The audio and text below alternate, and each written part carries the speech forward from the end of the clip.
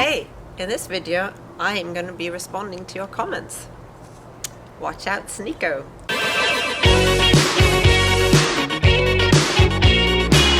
Hi, SNEAKO. Hey, I'm sorry, I wasn't meaning to be cheeky or anything, but I just vented, let's say, because I've got 3 teenagers and I learned you were 19 years old. And I thought, wow, this is amazing. A young kid going out on the streets, filming, being passionate about what he sees and talking about politics. You know, that's really special. And I don't think you need to give up. I think that passion that you have and your incredible interest and love for your country means that you've got more ahead of you to learn.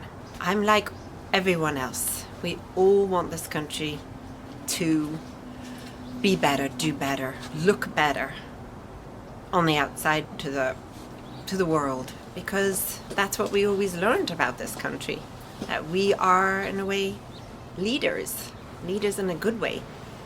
But yes, we are learning so much about the corruption that happens, and that is really disappointing. It's heartbreaking, and I sympathize with you. I hear you. I really do.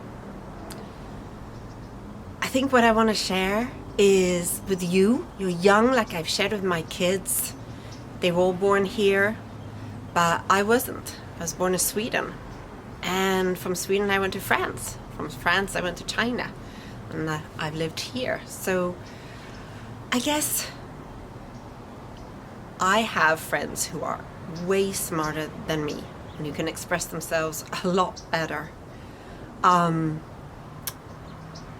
I think where I'm different and where I can have a little bit of say in the matter is that I have lived in these 3 continents, and I can see what's worked and I can see what hasn't worked, and I've been able to observe and pick up from people, families, students, you know, what causes anxiety in us. We might not be aware of that when we're young, when we're 19, 20, but we have anxiety when things are not going right in our country. And it's amazing to see people living in a country who don't experience that. In Sweden, country where I was born, all my friends will smile at me and say, hey, we don't mind paying the taxes. It's an exchange for the peace and the stress-free life that we can lead. So it's just something there to think about. And I encourage you, SNEAKO, with your amazing intelligence, your energy, your drive, your curiosity, go out in the world and see for your own eyes how people are suffering, how bad leadership can affect even the whitest of us, amazingly so, and how it affects so badly those who are vulnerable and weak. Those are the ones that we really have to be thinking about, and that's what leadership should be doing, is taking care of the vulnerable and the weak. I love that you related to Bernie Sanders, just like I did, and we have that in common. And so I'm curious to know, I have a question for you. Do you think that if we had kept Trump in power another 4 years, would that have provoked people to start the revolution? Well, speaking of questions, I see I have some in the comments that I got. So this is pretty exciting for me because I've never done this before, and I'm going to do my best. So here we go. See, I've got, I'm a Mexican American, and honestly Trump didn't affect my everyday life. while that is so wonderful, that's fine.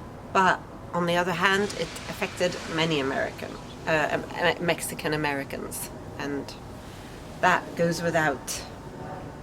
That's a no-brainer.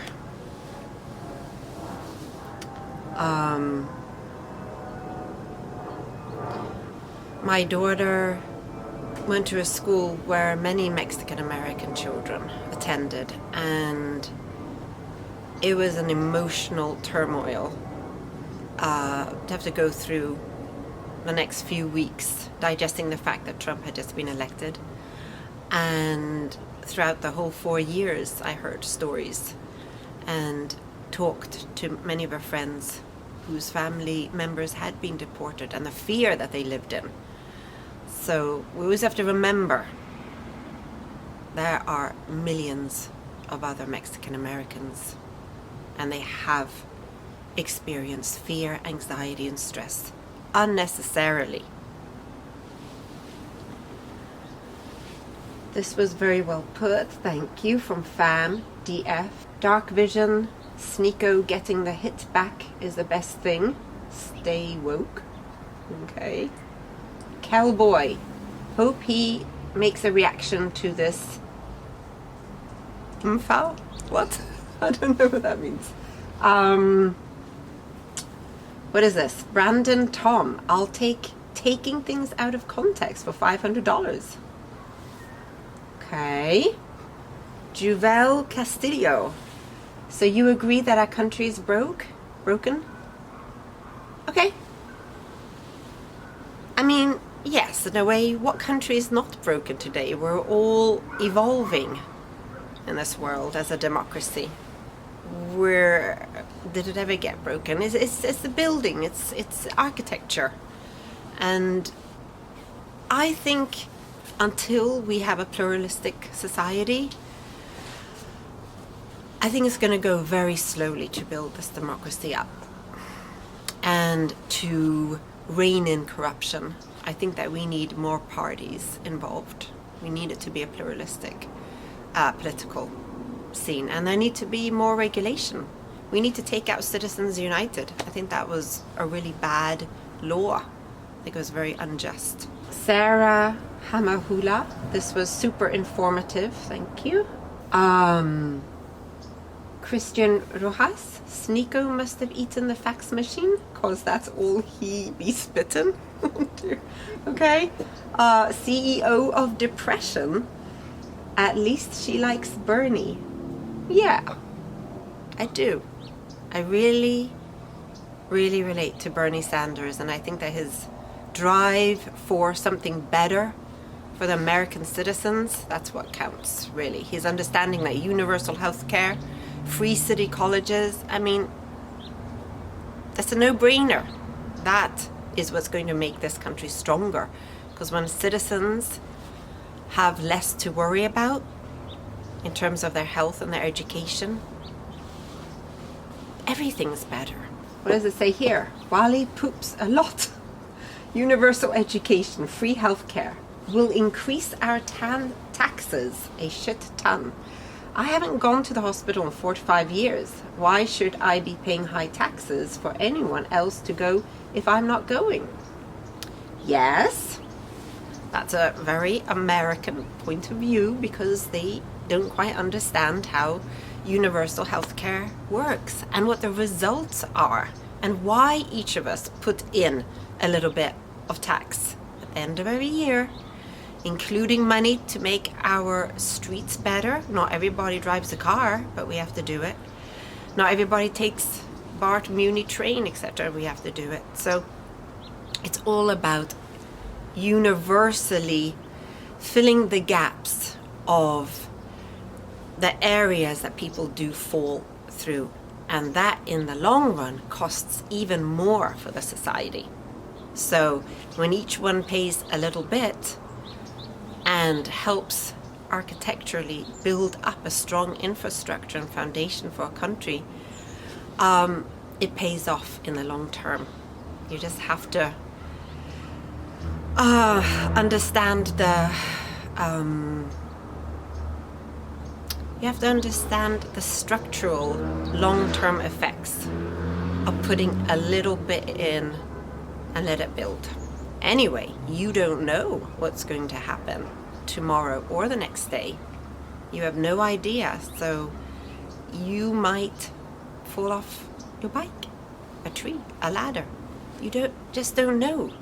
So if that were to happen, I think you'd be very grateful that you had put a little bit in tax-wise for a better healthcare system.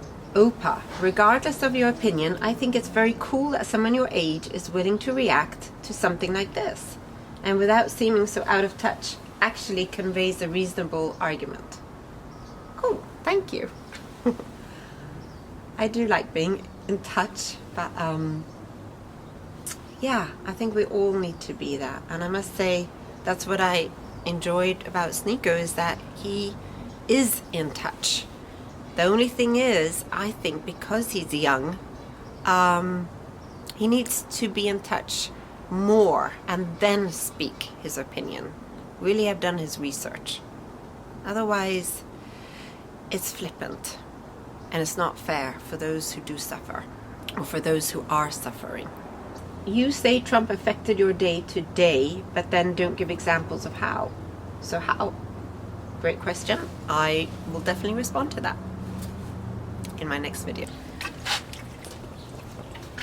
I'll have a few more videos coming, but just wanted to say I'll be doing some more videos in the future, and thanks for subscribing.